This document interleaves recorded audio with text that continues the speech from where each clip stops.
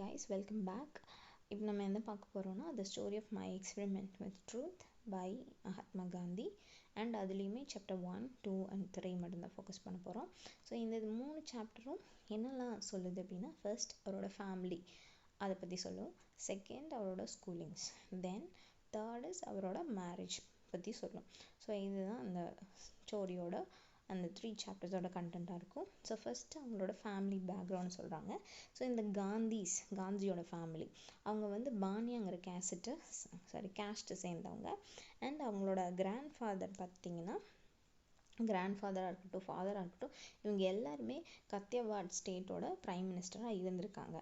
And then அவங்களோட ஃபேமிலிக்குன்னு ஒரு reputation இருக்குது. And they are good in serving others, administration duty, இதில் எல்லாமே அவங்க வெல்வாஸ்டாக இருந்தாங்க அப்படின்னு சொல்கிறாங்க.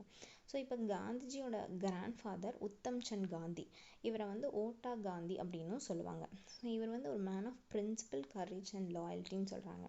ஸோ ஒன் பர்டிகுலர் டைமில் போர்பந்தரில் போய் இவர் வந்து மற்றவங்களோட ஹெல்ப் நாடி அங்கே இருந்திருக்காரு, தலைமறைவாக இருந்திருக்காரு ரெஃப்யூஜ் கேட்டு.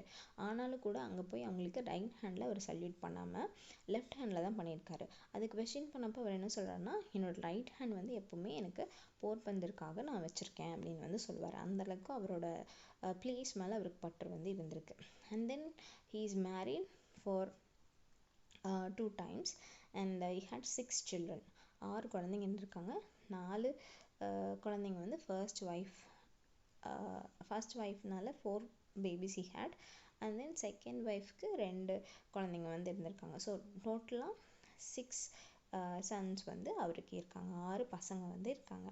ஸோ காந்திஜிக்கு வந்து அவர் சின்ன வயசில் இருக்கும்போது தெரியவே தெரியாது, இவங்க 6 பேருக்கும் வேறு அம்மா அப்படிங்கிறது அவருக்கு தெரியவே தெரியாதுன்னு சொல்கிறாரு. அண்ட் தென் காந்திஜியோட அப்பா கரம்சந்த் காந்தி. ஸோ கடைசியாக இருக்க அந்த 2 பசங்களில் ஃபஸ்ட்டு தான் வந்து Karamchand Gandhi, or else you can call Kaba Gandhi. So second வந்து Tulsidas Gandhi.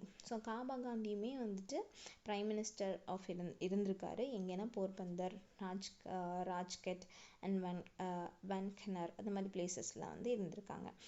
So and also இவர் வந்து ராஜஸ்தானி கோர்ட், இப்போ அந்த கோர்ட் இல்லை, பட் ராஜஸ்தானி கோர்ட்டில் ஒரு பவர்ஃபுல் மெம்பராக வந்து இருந்திருக்காரு. அண்ட் இவருக்கு வந்து 4 times மேரேஜ் ஆயிருக்கு அண்ட் 3 wives இறந்துட்டாங்க.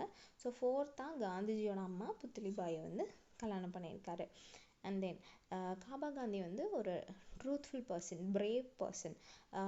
அவரோட கிளானுக்காக அவர் என்ன வேணால் பண்ணுவார். ரொம்ப ஜெனரியஸ், யார்கிட்டையும் பார்ஷியாலிட்டி பார்க்க மாட்டார், சொத்து மேலே ஆசை கிடையாது. அவர் ஈவன் தான் ப்ரைம் மினிஸ்டராக இருந்தாலும் கூட தன்னோட ஃபேமிலிக்காக சேர்த்து வைக்கணும் அப்படின்னு அவர் நினச்சதில்லை. And that much genuine he is, but short temper.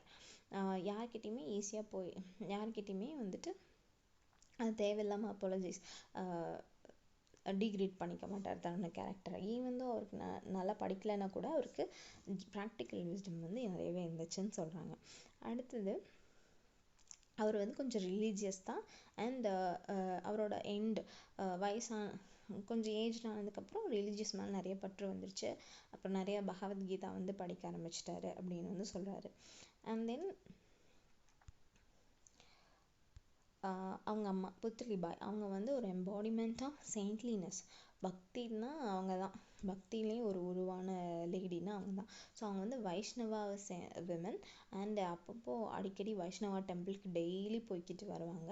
Everyday she use to visit. And எப்போல்லாம் விரதம் இருக்கணும், சதுர்மாஸ் மேபி இந்த பௌர்ணமி அந்த மாதிரி எப்போல்லாம் விரதம் இருக்கணுமோ அது கரெக்டாக அவங்க ஃபாலோ பண்ணுவாங்க. ஸோ அவங்க விரதம் இருக்கும்போது சன்னு வந்தால் தான் சாப்பிட்ணும், விரதம் முடிக்கணும்னு இருப்பாங்க இல்லையா. ஸோ சம்டைம்ஸ் ரெய்னி சீசனில் சன்னே வராது, அப்போல்லாம் வந்து ஃபுல் டே கூட அவங்க வந்து ஃபாஸ்டிங் இருப்பாங்க. ஸோ அந்தளவுக்கு ஒரு பயபக்தியான ஒரு லேடி அவங்க அம்மா அப்படின்னு வந்துட்டு காந்தி சொல்கிறார். ஸோ நெக்ஸ்ட் அவரோட பர்த் பற்றி சொல்கிறாங்க. ஸோ அவர் வந்து போர்பந்தரில் October 2, 1869 பிறந்திருக்காரு. And most of his childhood வந்து போர்பந்தர் அண்ட் ராஜ்கட்டில் இருந்திருக்காங்க. ஸோ இயர்லி டேஸில் he went to Porbandar school. இவருக்கு வந்து பெருசாக படிப்பு மேலே இன்ட்ரெஸ்ட் இல்லை, டேபிள்ஸ் கூட வராது, அதுவே கஷ்டப்பட்டு தான் படிச்சுட்டு இருந்தார். மெமரி வந்து இவருக்கு ரொம்ப வீக்குன்னு சொல்கிறாரு. அண்ட் தென் அவருக்கு நிறைய ஃப்ரெண்ட்ஸ்லாம் கிடையாது, அவருக்கு ஃப்ரெண்ட்ஸே பிடிக்காது, அவர் வந்து கொஞ்சம் ஷை டைப். ஸோ அதனால் என்ன பண்ணுவார்னா, ஸ்கூலுக்கு டைமுக்கு போயிடுவார், அதேமாதிரி டைமுக்கு வீட்டுக்கு வந்துடுவார், படிக்கிறாரோ இல்லையோ புக் எடுத்து வச்சுக்குவார், அந்த மாதிரி ஒரு கேரக்டர். அண்ட் தென் ஒரு பர்டிகுலர் இன்சிடென்ட் சொல்கிறாரு ஸ்கூலில். ஸோ ஸ்கூலில் வந்து ஒரு டைம் இன்ஸ்பெக்ஷன் நடத்திருக்காங்க. அப்போ வெளியில் ஆஃபீஸர் வந்திருக்காரு. அவர் வந்து கெட்டிலுங்கிற வேர்டுக்கு வந்து ஸ்பெல்லிங் எழுத சொல்கிறாங்க. அப்போ எல்லாருமே கரெக்டாக எழுதியிருக்காரு, காந்தி மட்டும் தப்பு எழுதியிருக்காரு. ஈவன் பிரின்சிபலே மாற்ற சொல்கிறாங்க, ஆனாலும் காந்திஜி மாற்றவே இல்லை. ஏன் அப்படின்னா அவரை பொறுத்த வரைக்கும் truth is very important for every one. ஆனால் அந்த டைமில் காந்திஜி யோசிச்சிருக்காரு, ஒரு டீச்சர்னால் எப்பவுமே ஏமாற்றக்கூடாதுன்னு சொல்லுவாங்க, ஆனால் ஏன் டீச்சரே ஏமாற்ற சொல்கிறாங்க அப்படிங்கிறது அவருக்கு ரொம்ப டவுட்டாக இருந்துச்சு அப்படின்னு சொல்கிறாரு. ஆனாலுமே என்னதான் அவங்க அப்படி இருந்தாலுமே நான் கரெக்டாக எல்டர்ஸ்க்கும் டீச்சர்ஸ்க்கும் கொடுக்க வேண்டிய அந்த மரியாதை எப்போவுமே நான் கரெக்டாக தான் கொடுத்துட்டு இருந்தேன். அண்ட் எனக்கு வந்து எப்போவுமே ட்ரூத்ஃபுல்லாகவும் ஹானஸ்டாகவும் இருக்கணும், தட் இஸ் வாட் ஐ ஆம் அப்படின்னு சொல்கிறாரு. நெக்ஸ்ட்டு இயர்லி ஸ்டேஜஸ் ஆஃப் ஸ்கூலிங்ஸில் அவங்க அப்பா வந்து ஷர்வனா அப்படிங்கிற ஒரு புக் வந்து வாங்கி கொடுக்குறாரு.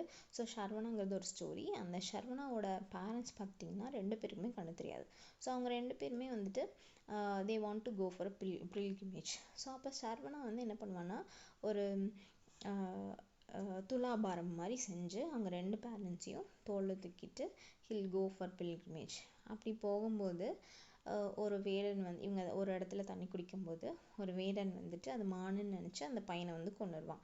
ஸோ அதுக்கப்புறமா தான் தெரியும் அவன் வந்து மனுஷன், அண்ட் அவங்க 2 பேரண்ட் வந்து அவனை நம்பி இருக்காங்க அப்படின்னு.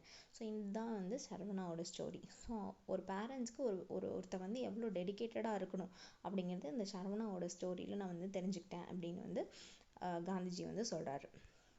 அண்ட் நெக்ஸ்ட் இஸ் ஹரிச்சந்திராவோட பிளே. ஸோ இந்த பிளே வந்து காந்திஜி பார்க்கும்போது ஹி ஃபெல்ட் ஹரிச்சந்திரா மாதிரி தான் இருக்கணும், நம்ம எப்போவுமே ட்ரூத்ஃபுல்லாக இருக்கணும். ஸோ ட்ரூத்ஃபுல்லாக இருக்கிறதே வந்துட்டு ஒரு பெரிய லைஃப் டைம் அச்சீவ்மெண்ட் மாதிரி அப்படிங்கிறதெல்லாம் வந்து அவர் கற்றுக்கிட்டாரு அந்த ஹரிச்சந்திரா பிளேலன்னு சொல்கிறாரு. நெக்ஸ்ட் அவரோட மேரேஜ் பற்றி சொல்கிறாங்க. ஸோ காந்திஜிக்கு வந்து சைல்ட்ஹுட் மேரேஜ் தான் நடந்தது, 13லேயே நடந்துருச்சு. ஸோ அதுக்கு முன்னாடியே பெட்ரோத்தல் பண்ணியிருந்தாங்க 3 times. அதில் 2 பொண்ணுங்க இறந்து போயிட்டாங்க. 3ஆவது பொண்ணுக்கு தான் இப்போ இவருக்கு கல்யாணம் பண்ண போகிறார், that is Putlibai. And Kasturibai. இந்த third one is Kasturibai. So இப்போது இந்த பெட்ரோத்தல் பண்ணும்போது அந்த பையனோ பொண்ணோ இருந்துட்டா then they are no need to be in follow the widowhood அப்படின்னு சொல்கிறாங்க. ஸோ அப்போது காந்திஜியோட கல்யாணத்தப்போ 3 கல்யாணம் ஒன்றா நடந்திருக்கு. ஒன் இஸ் ஃபார் காந்திஜி, அவரோட second brother and cousin. Because அந்த காலத்தில் வெட்டிங்னாலே ரொம்ப எக்ஸ்ட்ரா வேகன்ட் செலவு இருக்கும், ஃபுட், ஜுவல்லரி எல்லாமே இருக்கும். நியர்லி 10 to 12 days வந்து அந்த ஃபங்க்ஷன் போயிட்டுருக்கும். ஸோ காஸ்ட் கம்மி பண்ணுறதுக்காக இந்த மாதிரி 3 மேரேஜ் ஒன்றா பண்ணாங்க. ஸோ அந்த டைம் அவங்க அப்பா வந்து வெளியில் இருந்திருக்காரு. ஸோ அந்த மேரேஜ்க்காக அவர் ரிட்டர்ன் வரும்போது he met with an accident and he came bandaged around his legs and head. So அப்படி தான் அந்த கல்யாணத்துக்கு வந்திருக்காரு அவங்க அப்பா வந்து. காந்திஜிக்கு வந்து அந்த வயசில் மேரேஜுங்கிறதுல ஒரு பெரிய எக்ஸைட்மெண்ட்டோடு இருந்தேன் அப்படின்னு சொல்கிறாரு.